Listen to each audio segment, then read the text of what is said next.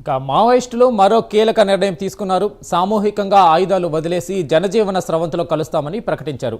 ఒక్కొక్కరిగా కాకుండా అంతా ఒకేసారి లొంగిపోతామని లేఖ విడుదల చేశారు. జనవరి 1న సామూహికంగా లొంగిపోతామని ప్రకటించారు. ఎంఎంసీ జోనల్ ప్రతినిధి అనంత్ పేరుతో లేఖ విడుదల చేశారు. పరస్పర సమన్వయం, కమ్యూనికేషన్ కోసం ఓపెన్ ఫ్రీక్వెన్సీ నెంబర్ విడుదల చేశారు.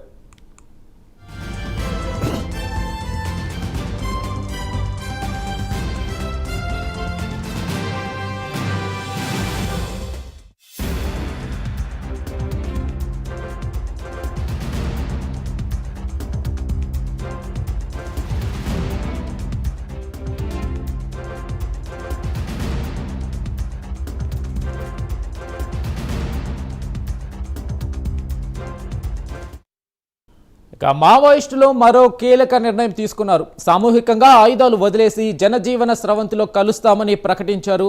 ఒక్కొక్కరిగా కాకుండా అంతా ఒకేసారి లొంగిపోతామని లేఖ విడుదల చేశారు.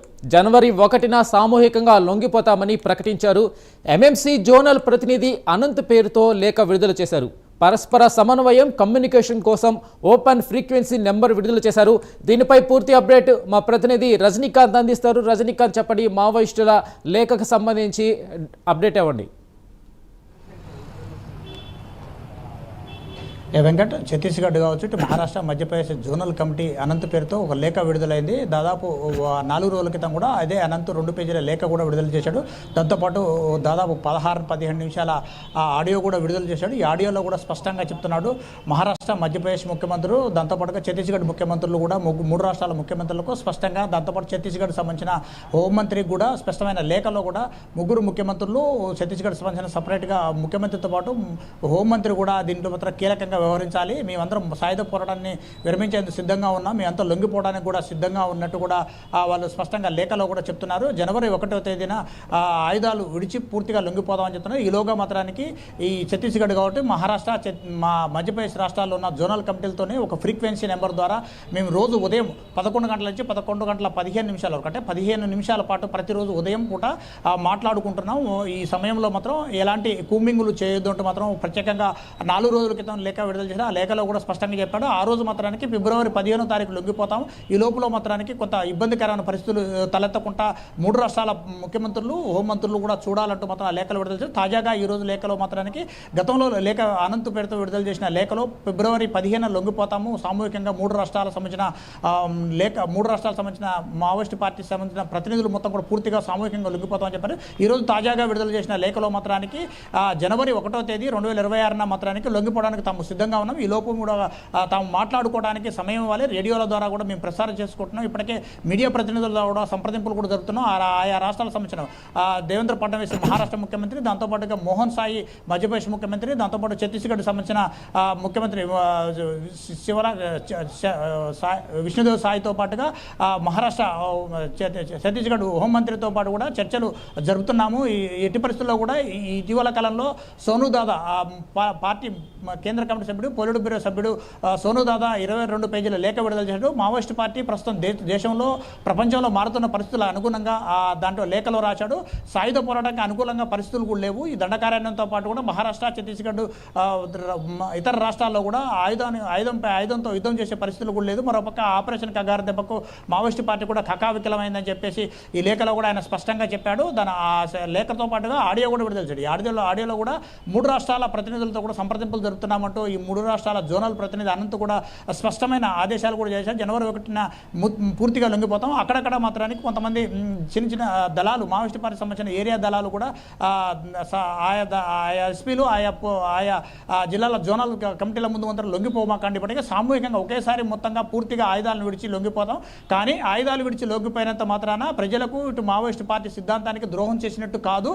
దీని మాత్రానికి ఎప్పటికీ ప్రజల సమస్యలు మావోయిస్ట్ పార్టీగా మేము బయటకు వచ్చినప్పటికీ, లొంగిపోయినప్పటికీ మాత్రం ప్రశ్నిస్తూనే ఉంటాం, పోరాటం చేస్తూనే ఉంటాం అంటూ రజనీకాంత్ ఏదైతే స్పష్టంగా చెప్పాడు. దాంతోపాటు వాయిస్లో కూడా రజనీకాంత్ ఏదైతే మావోయిస్ట్ పార్టీ రీసెంట్గా బంద్కు కూడా పిలుపునివ్వడము, ఆ తర్వాత ఇలాంటి కార్యక్రమాలు జరుగుతున్న నేపథ్యంలో ఈ లేఖ రావడము, అయితే కారణం ఏంటి? దీనికి ప్రభుత్వం ఎలా స్పందించే అవకాశం కనిపిస్తూ ఉంది?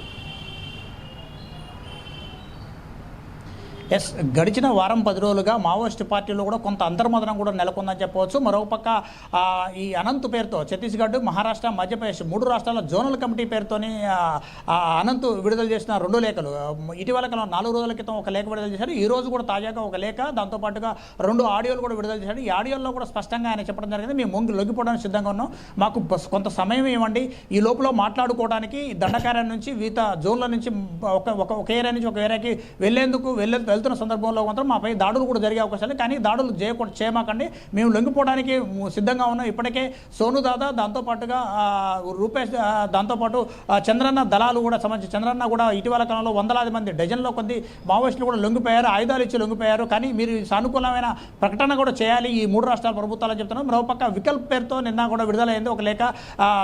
నిన్న అంటే 18వ తేదీ, ఈ నెల 18, 19వ తేదీన ఆంధ్రప్రదేశ్ మారేడుమిల్లి, దాంతో రంపచోడవరంలో జరిగిన ఇడ్మా ఎన్కౌంటర్, మరుసటి రోజు టెక్ శంకర్, దాంతోపాటు సురేష్ ఎన్కౌంటర్లు కూడా ఈ 13 మంది మావోయిస్టులు కూడా ఈ బంధులు నిరసిస్తూ ఈ 2 ఎన్కౌంటర్లు కాదు, ఫేక్ ఎన్కౌంటర్ పట్టుకొచ్చి కాల్ చెప్పారంటూ దానికి నిరసనగా మాత్రం ఈ నెల 30వ తేదీన కూడా రాష్ట్ర వ్యాప్తంగా ఛత్తీస్గఢ్ రాష్ట్రంతో పాటు దండకార్యంలో కూడా బంధును అంటూ పిలిపించాడు. ఆ లేఖలో వికల్ప్ ఒక పక్క లేఖలో బంధుకు పిలిపించాడు. మరోపక్క ఇప్పుడు అనంత్ పేరుతో 3 రాష్ట్రాలు అంటే మహారాష్ట్ర, ఛత్తీస్గఢ్, మధ్యప్రదేశ్ రాష్ట్రాల జోనల్ కమిటీ ప్రతినిధి అనంత్ పేరుతో విడుదల చేసిన లేఖలు, ఆడియోలో కూడా ఆయన స్పష్టంగా లొంగిపోవడానికి తాము సిద్ధంగా ఉన్నాం. జనవరి 1న మేము సామూహికంగా అన్ని 3 రాష్ట్రాలకు సంబంధించిన ప్రతినిధులు కింది స్థాయి క్యాడర్లతో సహా అంటే జోనల్ కమిటీ కాంచి కింద రాష్ట్ర స్థాయి కమిటీ, పొలిట్ బ్యూరో వరకు కూడా చర్చలు కూడా చేశాం. వాళ్ళందరూ కూడా మేము లొంగిపోవడానికి సిద్ధంగా ఉన్నామని చెప్తున్నారు. మరోపక్క ఈ మావోయిస్టుల్లో కూడా కొంత అంతర్మదనం కూడా నెలకొందని చెప్పవచ్చు. లోపల మావోయిస్ట్ పార్టీలో కొంత పొరపత్యాలు కూడా ఉన్నాయనే మీమాంస కూడా నెలకొన్న పరిస్థితులు ఉన్నాయి. ఒక పక్క వికల్ప్ 30వ తారీఖున ఇడ్మా ఎన్కౌంటర్లు మృతి చెందిన దానికి ఒక పక్క ఆయన బంధు ప్రకటించారు 30వ తారీఖున. మరోపక్క వీళ్ళు అనంత్ కూడా ఇటీవల కాలంలో గడిచిన 4 రోజుల క్రితం ఒక లేఖ విడుదల చేశారు. ఈ రోజు కూడా తాజాగా 2 పేజీల లేఖ విడుదల చేశారు. ఈ 2 లేఖలు సారాంశం కూడా ఒకటే, అంటే ఒక పక్క ఇడ్మాని ఎన్కౌంటర్ చేసిన దానికి మాత్రానికి వికల్ప్ పేరుతోనే బంధు మాత్రం ప్రకటించాలి అని చెప్తున్నారు. అది ఎన్కౌంటర్ కాదు, ఫేక్ ఎన్కౌంటర్. అతను కూడా లొంగిపోవడానికే ఆంధ్రప్రదేశ్ ప్రభుత్వం ముందుకు పోయాడు, కానీ ఆయన పట్టుకొచ్చి కాల్ చంపారని ఆ లేఖలో కూడా వాదన జరుగుతుంది. మరోపక్క ఇప్పుడు అనంత్ విడుదల చేస్తున్న లేఖలో కూడా ప్రస్తుతం సాయుధ పోరాటానికి దేశంలో పరిస్థితులు అనుకూలంగా లేవు, ఆయుధం పట్టి యుద్ధం చేసే పరిస్థితులు కూడా లేవు, ప్రస్తుతం బయట ఉండి పోరాటం చేయొచ్చు, ప్రజల సమస్యల్ని పోరాటం చేయడానికి మావోయిస్టు పార్టీ అడవుల్లో ఉండి పోరాటం చేసే పరిస్థితులు కూడా ప్రస్తుతం మన ముందు లేవు. కానీ బయటకు వచ్చి అవసరమైతే లొంగిపోయిన తర్వాత ప్రజల సమస్యల్ని పోరాటం చేయడానికి, ప్రజల సమస్యలపై సుదీర్ఘంగా పోరాటం చేయడానికి మాత్రం తాము సిద్ధంగా ఉన్నామంటూ అనంత్ విడుదల చేసిన లేఖతో పాటు ఆడియోలో కూడా స్పష్టంగా చెప్తున్నాడు Venkat. Right Rajinikanth, thank you.